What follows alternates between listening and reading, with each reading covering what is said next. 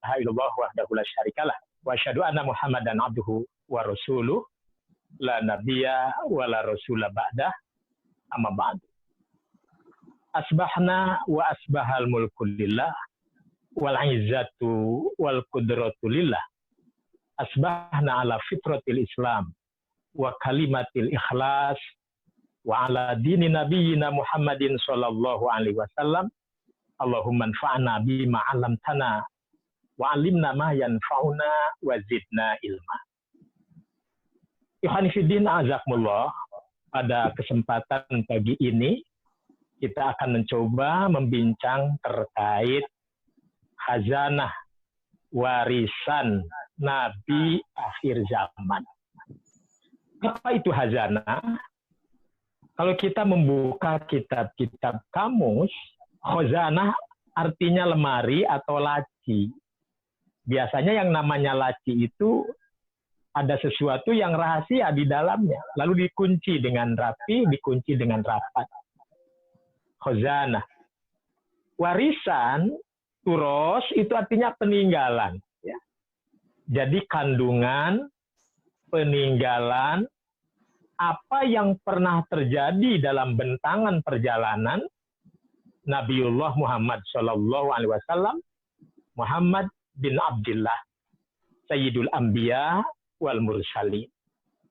Yuhafidin, ketika kita membicarakan tentang warisan Nabi akhir zaman, maka kita akan berbicara ke sananya apa saja yang pernah terjadi dalam bentangan panjang masa kenabian itu, sehingga apa yang menjadi gerak-gerik tingkah laku, amaliyat, apa yang terjadi pada pribadi Nabi, maka itu disebut warisan Nabi akhir zaman. Ikhwanifiddin, perlu diketahui bahwa kalau kita rumuskan lebih ringkas, kita akan masuk pada persoalan yang dimaksud warisan itu apa saja. Yang pertama, ada yang disebut manhajan atau minhajan. Kalau disebut manhaj, nah itu tanpa alif, manhaj. Ya. Tapi kalau dikatakan minhaj, nah itu pakai alif, minhaj. Di tengah-tengahnya ada alif.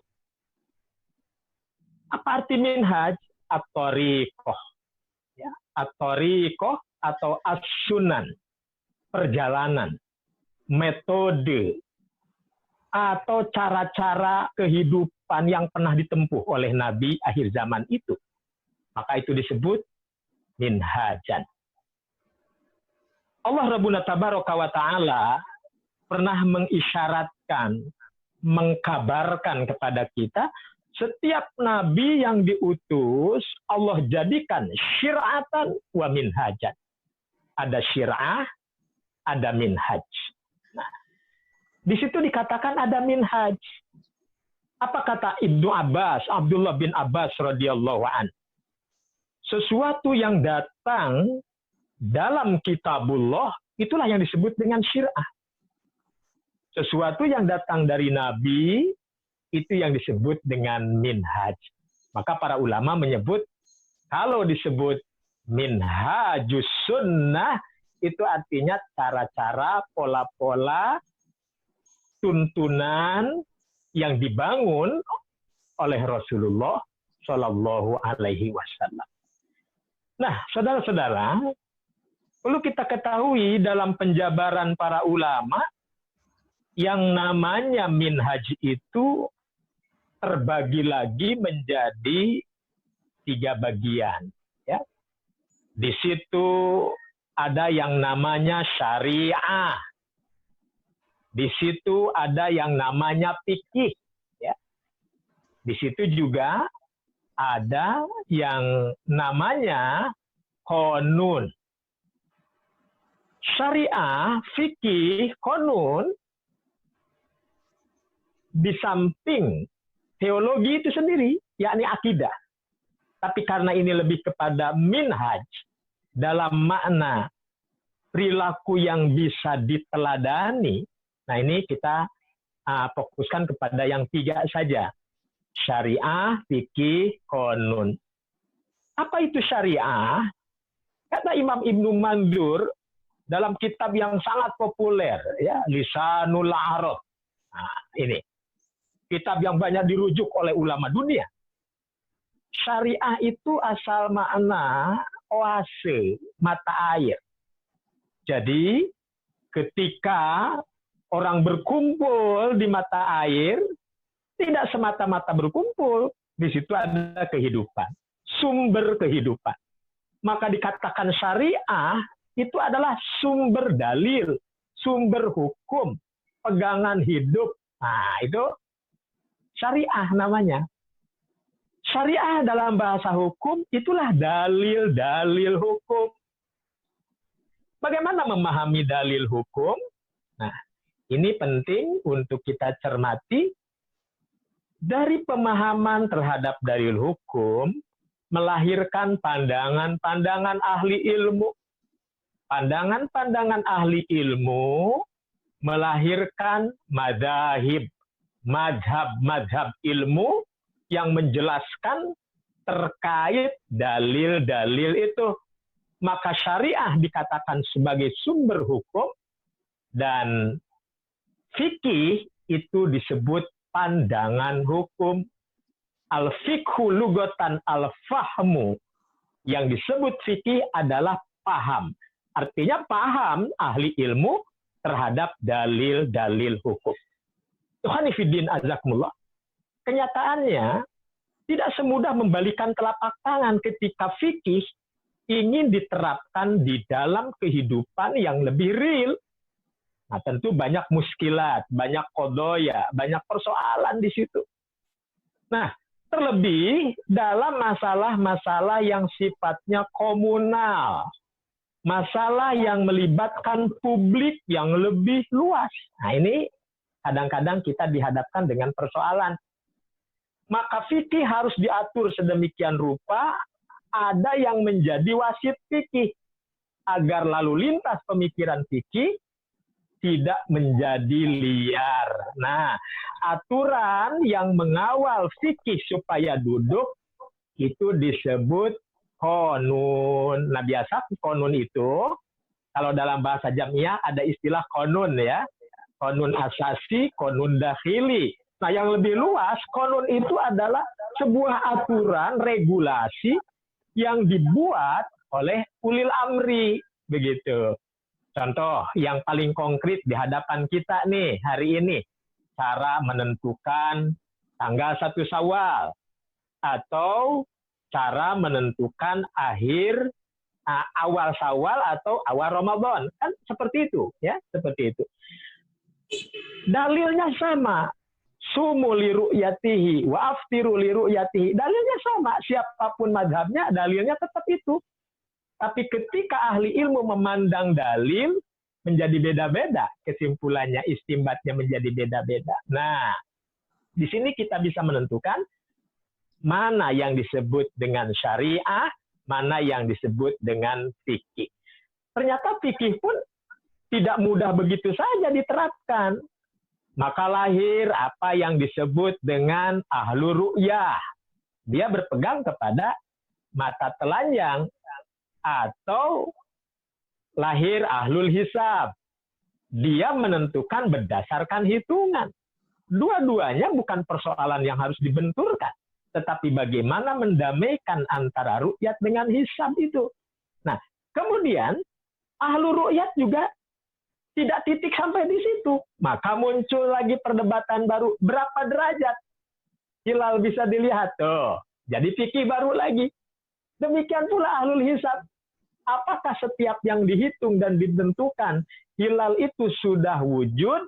Apakah setiap yang wujud bisa dilihat? Muncul lagi mazhab baru. Ada wujudul hilal, ada wujudul hilal biimkani ru'yah. Tuh. Jadi ini menunjukkan keleluasaan fikih yang begitu mendalam. Nah, ini perlu ada yang ngatur, perlu ada wasit, ya, perlu ada yang mendamaikan. Nah, yang mendamaikan itu adalah regulasi yang ditetapkan oleh keputusan hakim. Ini yang dimaksud isbatul hakim yarfa'ul khilaf. Apa yang ditetapkan oleh hakim, terutama hakim ulil amri minkum, nah ini akan menetralisir perbedaan. Ini dalam hal-hal komunal.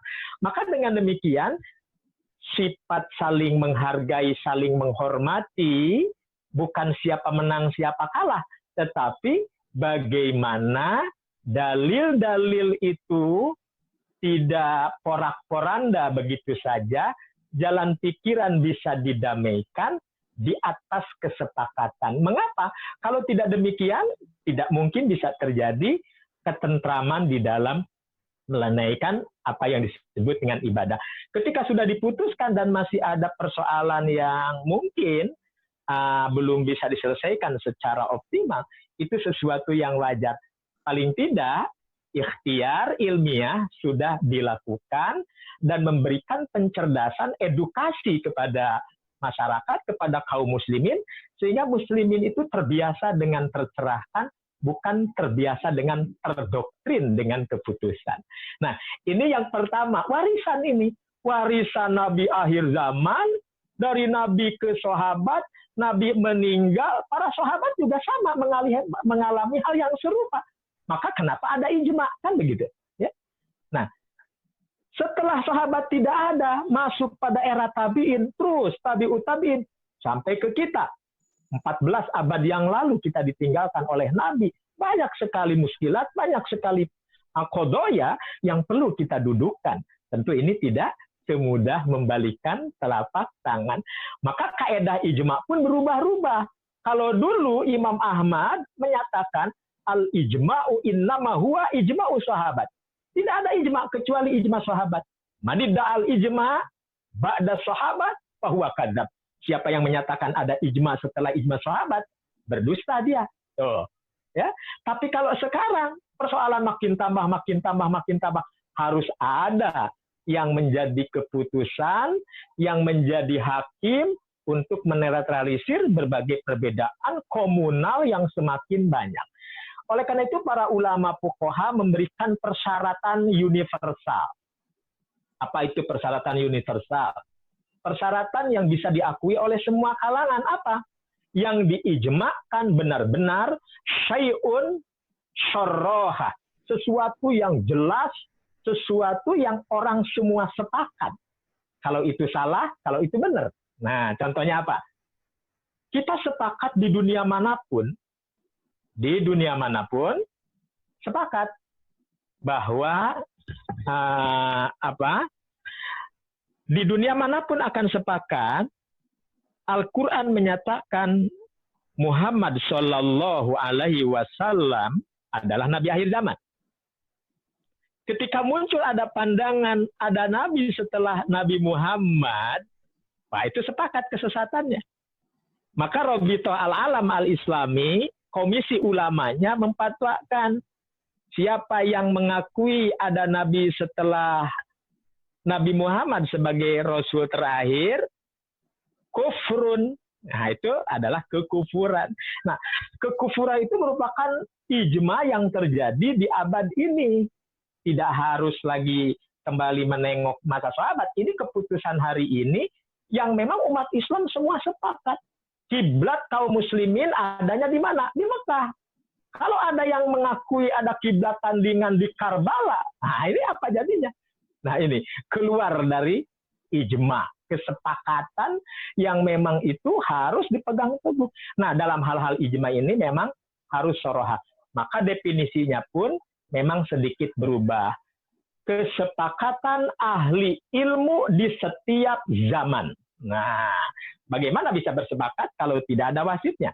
Ini persoalan PR besar, bukan hanya kaum muslimin kita, tetapi kaum muslimin di seluruh dunia. Nah, itu minhaj ya. Minhaj, baik kategori syariah, fikih, ataupun konun, ataupun yang bersifat teologi, akidah. Yang kedua, warisan yang kedua, ikhwani fiddin azakumullah. Rasulullah Shallallahu Alaihi Wasallam meninggalkan warisan yang bersifat juhudan. Kesungguhan. Nah, kesungguhan itu beragam, macam-macam bentuknya. Ada kesungguhan berupa amaliyah Nabi, bagaimana Nabi bersikap terhadap musuh, mengusir musuh di medan laga, mengusir musuh di medan tempur, sampai menyambung nyawa, mempertaruhkan nyawa.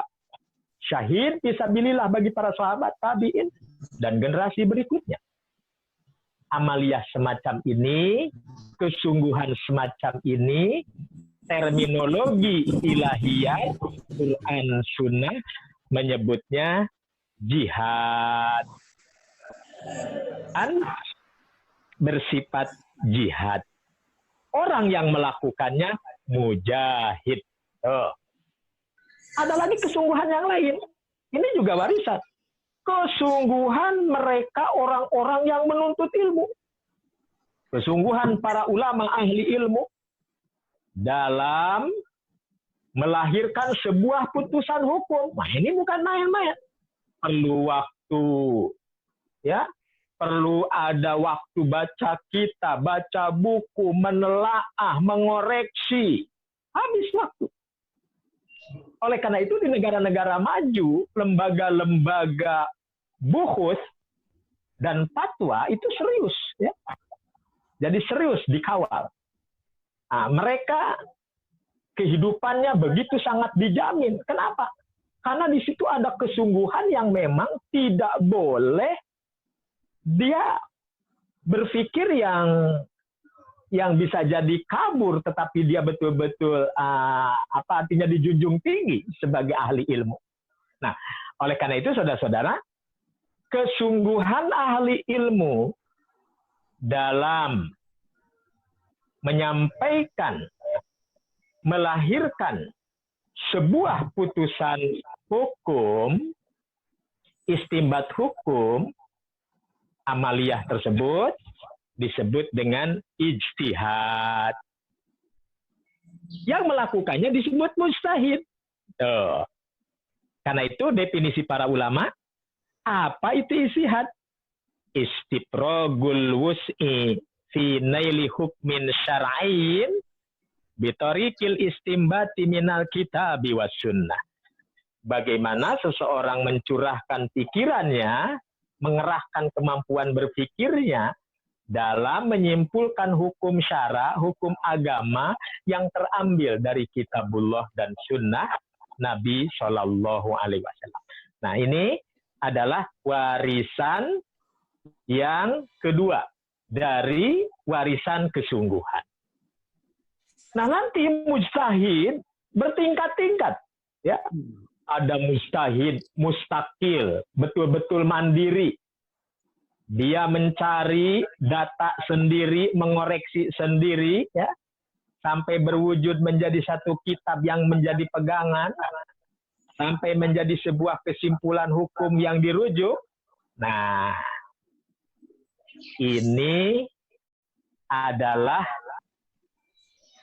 sifatnya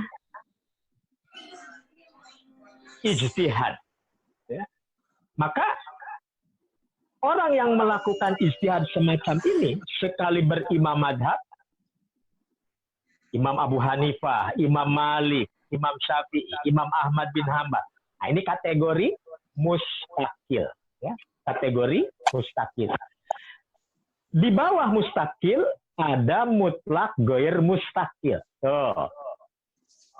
Keilmuan hampir sama, hampir sepadan, tetapi di bawah mustakil. Baru tingkatan ketiga, artinya mujtahid takhrij. Mujtahid takhrij biasa disebut sebagai mujtahid fil madhab. Mengikuti salah satu pandangan imam madhab, tetapi dengan penuh konsekuen. Kalau memang mengaku Imam Syafi'i sebagai madhabnya, dia betul-betul berpegang kepada kitab-kitab Imam Syafi'i. Kalau memang dia mengaku sebagai madhabnya Imam Abu Hanifah, dia akan benar-benar berpegang kepada kitab-kitabnya Imam Abu Hanifah. Demikian pula Imam Ahmad bin Hanbal ataupun Imam Malik. Nah, ini soal tingkatan. Tingkatan Keempat, ada yang disebut dengan mujtahid tarjih. Ya. Mujtahid tarjih mengakomodir semua pandangan para ahli ilmu dari zaman ke zaman. Dikoreksi kembali, koreksi bukan berarti dia mendudukkan diri lebih tinggi daripada imam sebelum, tidak. Artinya mencek ulang kembali, mengcross-check, melakukan tabayun ilmiah, dikaji kembali, lalu ditarik benang merahnya. Mencari yang disebut mana? Man arja, mal arja. Mana yang lebih rojih. Nah, maka ini disebut mujtahid tarjih. Oleh karena itu, di negara-negara muslim, terutama di negeri kita, insya Allah paling banyak gerakan dakwahnya, paling banyak ormasnya. Setiap ormas tentu memiliki badan lembaga pengkajiannya. Di Muhammadiyah ada namanya Majelis Tarjih, kan begitu. Di Jamiah Persatuan Islam ada Dewan Hizbah Persatuan Islam, dulu namanya Majelis Ulama Persatuan Islam. Nah, sekarang sudah ada Majelis Ulama, ada Komisi Fatwa, Majelis Ulama, demikian pula. Kelompok-kelompok yang ada itu memiliki. Terkecuali di negara-negara muslim yang sudah maju. Memang bedanya, kalau negara itu bentuknya kerajaan, nah ini sepertinya lalu lintas fatwa ini lebih tertib. Mengapa? Karena antara keputusan raja dengan keputusan ulama, di situ ada dewan ugamanya, dewan syariahnya, dewan agamanya. Dewan agama menentukan seorang mufti. Walaupun terjadi banyak persintangan pendapat kalangan ahli ilmu di lingkungannya, begitu masuk majelis qadha, majelis tinggi negara, majelis kerajaan, yang keluar adalah satu fatwa. Nah, ini sangat wajar. Seperti di Malaysia, di Brunei Darussalam, terutama di Saudi Arabia, bukan tidak ada perbedaan pendapat, cuma mereka ada mufti diyar, mufti kerajaan. Nah, di negeri kita ini tentu tidak semudah itu karena ormasnya banyak. Walaupun sudah ada komisi fatwa di Majelis Ulama, tidak berarti tidak akan terjadi perbedaan yang akan terus berlanjut. Tetapi ini juga menjadi sebuah pembelajaran bagi umat, sehingga umat semakin cerdas, karena kata Allah yarham Pak Natsir, ingat, murid Hasan dalam hal-hal syariah. Pak Nasir menyimpulkan dari cara bagaimana Hasan menentukan sebuah kesimpulan hukum, bagaimana cara mengambil dalil dan istidlal, maka Pak Nasir menyimpulkan bahwa perbedaan pendapat itu merupakan mutu berpikir. Jadi bukan persoalan, perbedaan pendapat itu mutu berpikir selama bisa dibuktikan dengan hujah yang bisa dipertanggungjawabkan. Ada satu ungkapan yang cukup menarik yang biasa dinukilkan dari seorang ulama besar, Syekh Muhammad Rashid Ridho dalam Al-Manarnya. La islama illa bidakwah. Islam tidak akan pernah tegak kecuali dengan dakwah. Wala da'wata illa bil hujjah. Dakwah juga sia-sia kalau tidak ditegakkan di atas hujjah. Wala hujjata ma'a baqa'i taqlid. Hujjah pun menjadi sia-sia kalau umat masih membudayakan taklid. Insya Allah mudah-mudahan kita termasuk yang selalu mencerahkan umat, memberikan pencerahan, mentadrib agar umat tidak terbiasa dengan doktrin, tetapi terbiasa dengan berpikir kritis selama hal itu mampu untuk dilakukan. Ikhwani fiddin azakumullah. Nah, kemudian bentuk kesungguhan yang ketiga, kesungguhan seorang hamba Allah dalam bermunajat kepadanya. Itu juga perlu kesungguhan. Tak mungkin kita bisa menunaikan sholat malam tanpa ada kesungguhan ingin bangun malam. Tak mungkin kita secara rutin sholat taraweh kalau tidak ada dorongan jiwa imani untuk menunaikan sholat taraweh. Nah, kesungguhan seorang hamba dalam taqarrub pada Allah itu juga kesungguhan. Kesungguhan semacam ini disebut mujahadah. Ikhwan fillah, azakumullah. Yang paling terakhir, warisan Nabi yang ketiga adalah warisan bersifat kudwatan atau uswatan. Ya. Kudwatan atau uswatan memiliki makna yang sama walaupun sebagian ulama membedakan. Uswah hanya untuk Nabi, kudwah Nabi ya juga yang lain. Nah ini kudwah. Jadi dalam makna umum kudwah, uswah betul-betul suri toladan yang hanya ada pada Nabi. Qadarullah para ulama mengkaji tentang kudwah ini, kalau kita simpulkan ya sama-sama tiga juga.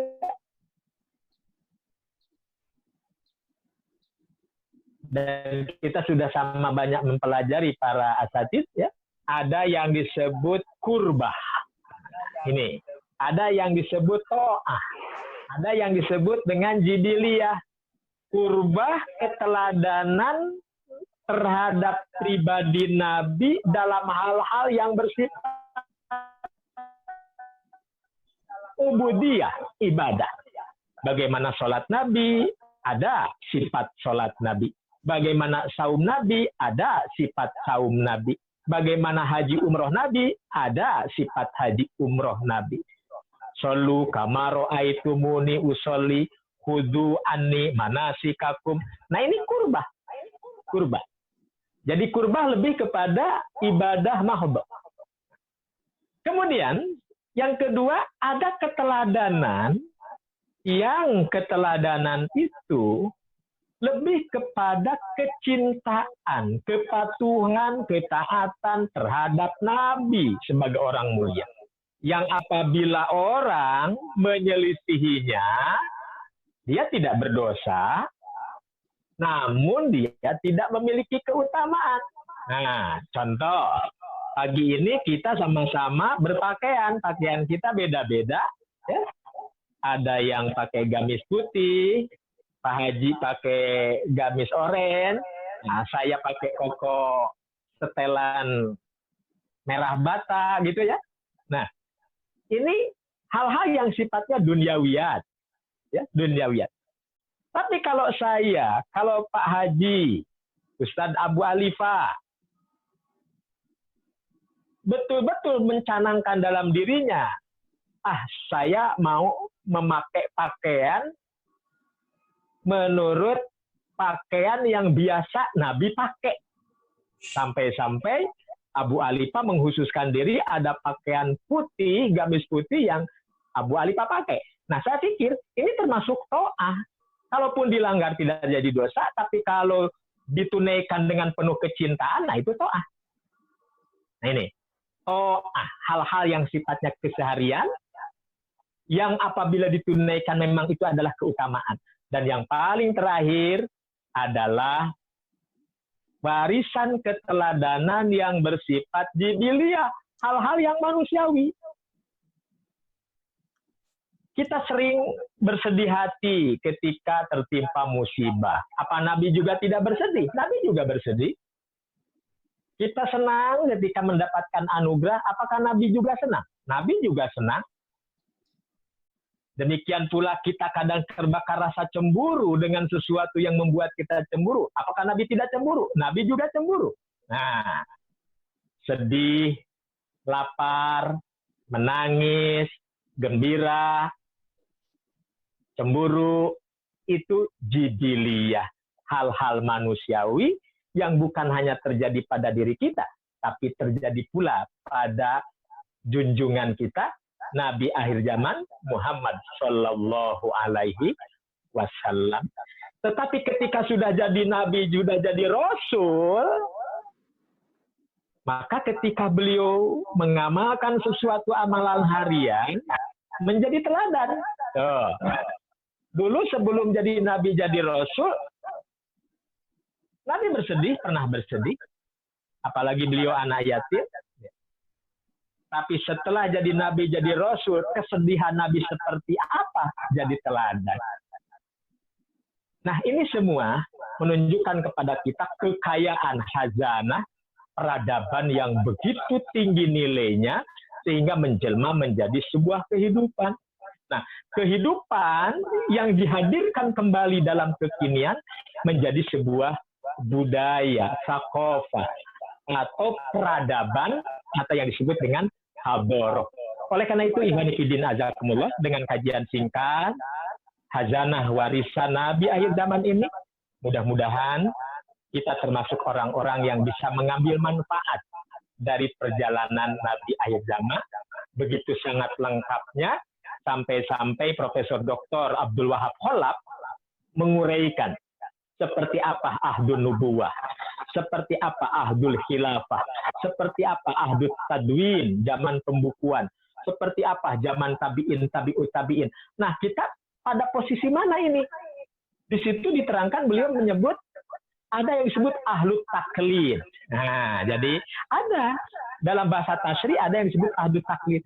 Kita ini menyadari sudah jauh ditinggal Nabi 14 atau 15 abad silam, kita berada pada posisi yang kalau menurut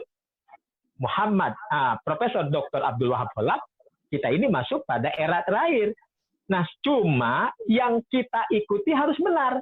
Sehingga dari ikut-ikutan, naik tingkat menjadi mutabi, begitu. Maka lahirlah kaidah apa yang disebut dengan mutabi, apa yang disebut dengan muqallid. Ikhwani fiddin azakumullah, mudah-mudahan Allah Subhanahu wa taala menganugerahkan kita semua, memberikan kesehatan, memberikan kemampuan, menambahkan keimanan dan ketakwaan, selalu mengambil kemanfaatan setiap hari, setiap saat, bertambah ilmu, bertambah berkah. Para ulama menasihati, kun mustafiddan kulla yaumin ziyadatan bil ilmi. Jadilah Anda menjadi orang yang pandai mengambil kemanfaatan setiap saat untuk menimba ilmu. Oleh karena itu, wasbah bibuhuril fawaid, selamat berenang di lautan kemanfaatan. Aku qouli hada wa astaghfirullah li wa lakum. Wassalamualaikum warahmatullahi wabarakatuh.